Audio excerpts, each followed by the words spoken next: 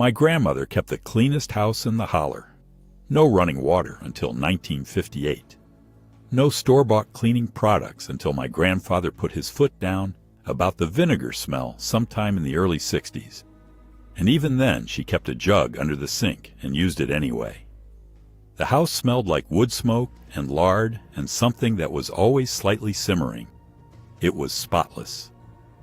Number 12 on this list is what she rubbed into every cast iron pan she owned. And those pans are still in the family. Number 4 is what kept the root cellar from smelling like death every spring. And number 1, there's a jar somewhere in your house right now. Heavy. Glass. You know exactly which one I'm talking about. Subscribe before we start. We go this deep every week. Number 15. Vinegar in the rinse water. Half a cup of white vinegar in the rinse bucket. That was the fabric softener. White vinegar is a 5% solution of acetic acid. When clothes are washed repeatedly with soap, a residue builds up in the fibers. Invisible, but it's there, and it's what makes towels stiff and shirts scratchy over time. The acid in the vinegar breaks that residue down chemically. It doesn't coat the fabric with something new. It removes what shouldn't be there. My grandmother never called it fabric softener. She called it the rinse. It was just part of washing. A gallon of white vinegar cost almost nothing. Downy launched in 1960, and Procter & Gamble spent considerable money explaining to women that their vinegar rinse was behind the times. Women who listened found their towels losing absorbency within a few years. Women who kept the jug kept towels that lasted decades. The acetic acid also evaporates. There is no smell left in the fabric when it dries. My grandfather's objection was with the washing, not the wearing. Number 14, the draft stopper. In January, you felt it before you saw it. Cold moving across the floor from under the outside door, while the wood stove worked double time in the next room. An old wool sock, sand from the yard, or dried beans or rice. Whatever was heavy and loose. Stuffed full, tied at the end, laid against the base of the door. That was the draft stopper. It cost nothing. It took 20 minutes. In a house heated by wood or coal, blocking that gap made a measurable difference in how long a load of fuel lasted through the night. Modern door sweeps and weather stripping work better. They also require tools, a trip to the hardware store, and the assumption that you have $8 on a Saturday afternoon. The sock required a yard and a sock. Mountain people didn't weatherproof their homes because they read about energy efficiency. They did it because they were cold, and the solution was in the yard. Number 13, wood ash in the garden. The ash from the wood stove didn't go to waste. It went around the base of the tomato plants, the bean rows, the roses. Wood ash is highly alkaline, high pH, primarily from potassium carbonate and calcium carbonate. Sprinkled dry around plants, it raises soil pH, which directly inhibits acid-loving fungi and certain soil-borne pathogens that destroy root systems over winter. That's one function. The second is physical. The dry, fine particles abrade and dehydrate the bodies of slugs, snails, and soft-bodied insects on contact. They avoid it, not because it poisons them, because moving through it costs them moisture they can't spare. Hardwood ash specifically, not softwood, not paper. Hardwood ash carries the highest concentration of calcium, potassium, and magnesium. The people who burned hardwood in the mountains weren't making an agricultural decision. They burned what the forest gave them. The garden got what the fire left behind. Number 12, cast iron. Seasoned with lard. Every pan my grandmother owned was black, not the gray of unseasoned iron. Black, smooth, nothing stuck to them. When animal fat, lard, bacon drippings, tallow, is applied to cast iron in a very thin layer and heated past its smoke point, a chemical process called radical polymerization occurs. The iron acts as a catalyst. High heat releases free radicals within the fat molecules. Those free radicals cross-link and form long polymer chains, similar in structure to plastic. That hardened polymer fills the microscopic pores of the iron surface and creates a slick, hydrophobic coating. Water-repelling, non-stick, rust-resistant. The key is thin layers. A thick application doesn't polymerize evenly. It stays tacky and eventually goes rancid. A thin one cures hard. My grandmother never used the word polymerization. She said you had to work the grease in right or you'd ruin the pan. She was correct about what happened. She just described it differently. Those pans are 60 years old. Nothing has replaced them in that kitchen. Number 11. Charcoal in the root cellar. The root cellar kept through winter because of what was in it, but it smelled like what was in it too by February. Rot, must, the particular sourness of things that had been underground since October. Chunks of raw charcoal placed in the corners changed that. Charcoal, and more so activated charcoal, has an extremely porous surface structure filled with millions of microscopic cavities. Those pores trap odor molecules, moisture, and the volatile compounds responsible for the smell of decay. The process is called adsorption. The molecules bond chemically to the carbon surface rather than being absorbed into it. The charcoal doesn't neutralize the smell. It captures and holds it. Holler folk placed charcoal in smokehouses, food storage rooms, anywhere that needed to stay dry and neutral through a long winter. Studies comparing charcoal to baking soda for odor control confirm charcoal is more effective across a broader range of compounds. They didn't know that study. They knew the cellar smelled better. That was the study number 10. Salt-cured meat. No refrigerator. No problem if you had enough salt and enough time. Salt preserves meat through osmosis. A heavy application of salt to the surface of the meat pulls water out of the muscle cells, which have a lower salt concentration, toward the saltier exterior environment. The meat dehydrates. Any bacteria present dehydrate alongside it. Salt also reduces what food scientists call water activity, the amount of free water available for microbial growth. And drop that low enough and bacteria can't sustain themselves, even if they survive the initial salting. Appalachian families packed pork into barrels with salt every fall. Hams hung in smokehouses through winter. The meat that came out in March was safe, dense, and intensely flavored in a way that no refrigerated pork has ever quite matched. This predates refrigeration by several thousand years. It works by the same mechanism now as it did then. The chemistry did not change when the refrigerator arrived. Number 9. The potato and the broken bulb. A light bulb breaks in the socket and leaves the metal base still threaded in. The glass is gone. What's left is a ring of jagged metal screwed into live wiring. Cut a raw potato in half. Press the cut face firmly against the broken base. The starchy, dense, slightly moist flesh molds around the irregular edges. Twist counterclockwise. The friction and the grip do the work. The glass fragments from the bulb press into the potato flesh rather than into your hand. This is a mechanical solution. The potato provides grip where a tool can't get purchase. The moisture in the flesh improves contact. The starch adds resistance. My grandfather used it once when I was watching. He didn't explain it. He just went and got a potato from the bin, cut it, and had the base out in 30 seconds. Then he put the potato back. Half a potato wasn't something you threw away over a light bulb. Power off at the breaker first, not just the switch. The breaker. Number 8. Beeswax on boots and wood. Beeswax is a natural ester with a high melting point, around 145 degrees Fahrenheit, and strong hydrophobic properties.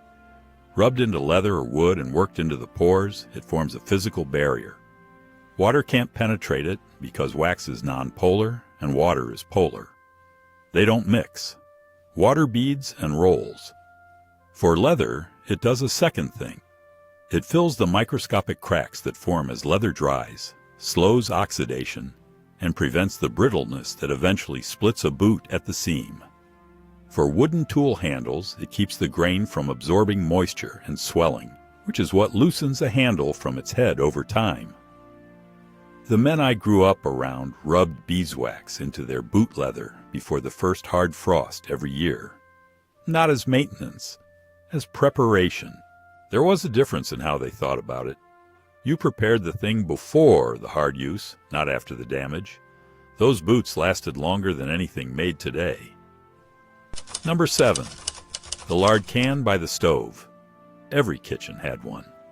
A coffee can, usually sitting on the back of the stove or just beside it. Every time bacon cooked, every time chicken fried, the drippings went in while they were still warm and liquid. The can was never fully emptied. It was managed.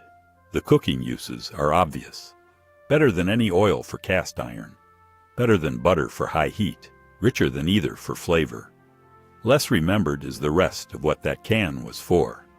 Mixed with lye water leached from wood ash, the fat became soap. A year's supply from what would have gone down the drain. Worked warm into boot leather, it waterproofed against winter. Rubbed into wooden handles, it prevented splitting. Applied to a rusted hinge, it stopped the squeal and slowed the corrosion.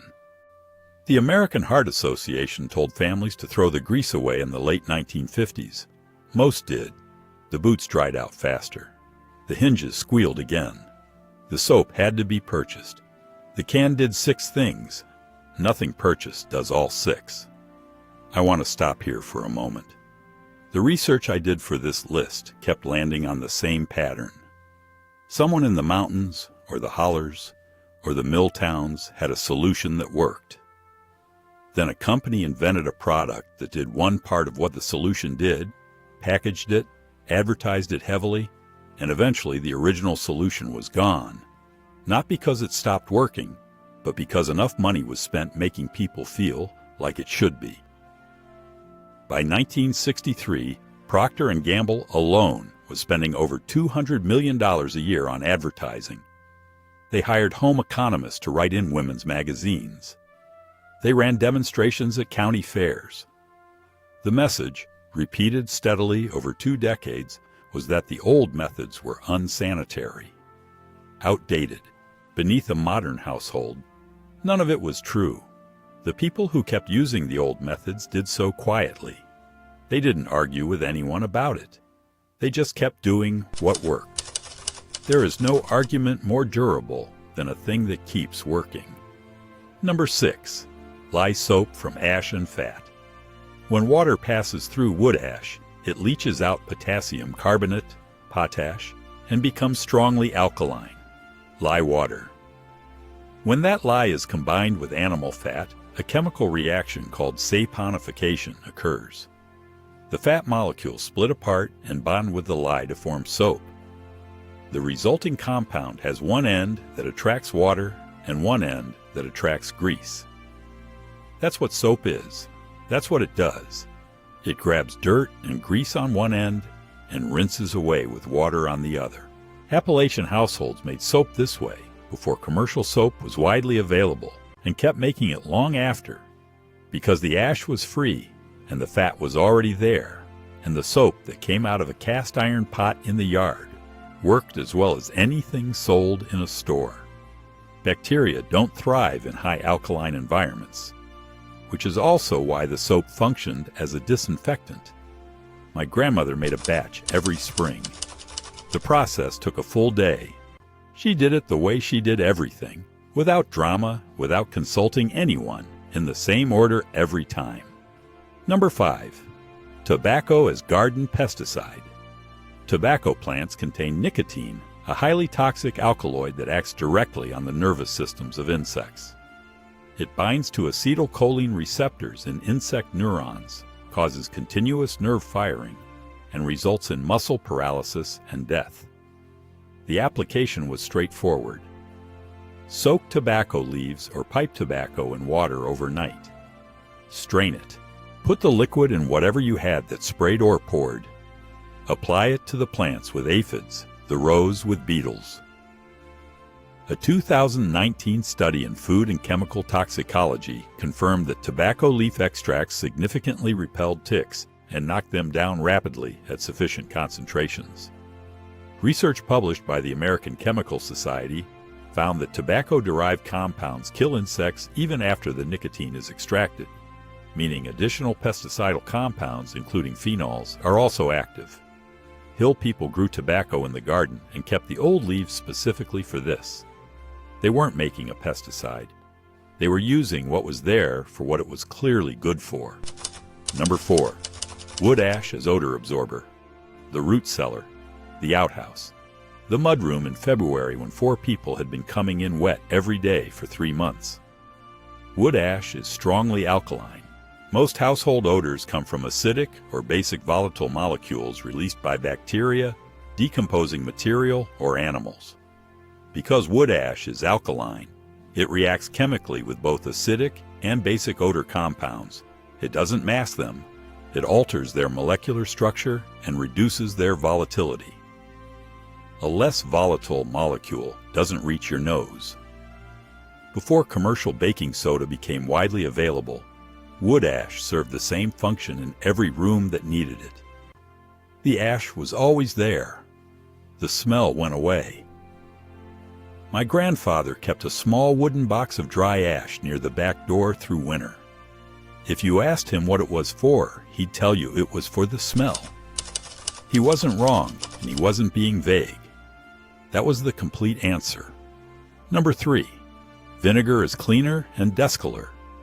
The same jug that went into the rinse water went everywhere else. White vinegar is 5% acetic acid. Acetic acid dissolves alkaline mineral deposits, hard water stains, limescale, calcium buildup by breaking calcium carbonate down into calcium acetate, water, and carbon dioxide. The deposit dissolves on contact, kettles, pots, the mineral crust that builds up around any fixture that sees hard water over years. Second function, at sufficient concentration, acetic acid kills many bacteria and mold species by disrupting their cell membranes and denaturing the proteins inside them.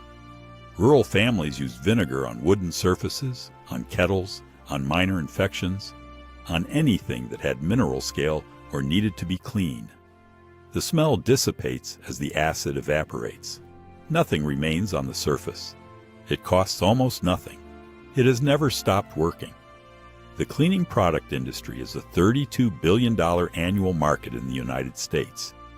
Vinegar costs $1 a gallon and does most of what that industry sells. Number 2. Ramps in spring. Every spring in the mountains, the ramps came up before almost anything else. Wild leeks, Allium tricoccum, pushing through the leaf litter on north-facing slopes while the ground was still cold. Appalachian families ate them in quantity, fried in lard, boiled into pot liquor, eaten raw straight from the ground. The reason carried in folk tradition was that the body needed cleaning after winter. That was the language for it. The underlying reality, a winter diet of salt-cured meat and dried vegetables, is deficient in vitamin C, vitamin A, and several critical antioxidants. Ramps are extremely high in all 3. They also contain sulfur-based organosulfur compounds, the same class found in garlic, that have documented antibacterial and antifungal properties. A peer-reviewed study in the Journal of Ethnopharmacology, based on interviews with 660 older Appalachian residents, confirmed that wild-crafted plant foods, including ramps, were the primary medicinal resource in the region through the 1920s and 1930s. They said the body needed cleaning after winter. The body did need cleaning after winter. They were right about the need. The ramps were the right answer to it. Number 1. The button jar. When a shirt wore through at the collar or a coat finally gave out at the lining, it didn't go to the rag bag until the buttons came off. Small scissors, each button snipped clean and dropped into a glass jar. Pearl buttons, from a dress worn to church in 1932. Horn buttons from a coat bought used and worn for 11 winters. Plastic buttons in colors that don't match anything still in the house. Metal buttons from something nobody living can name. The jar got heavy over years. Children sorted through it. When something lost a button, you went to the jar and found a close enough match, or you found an exact one and didn't know why you had it until that moment. It was never called resourceful. It wasn't thought of that way.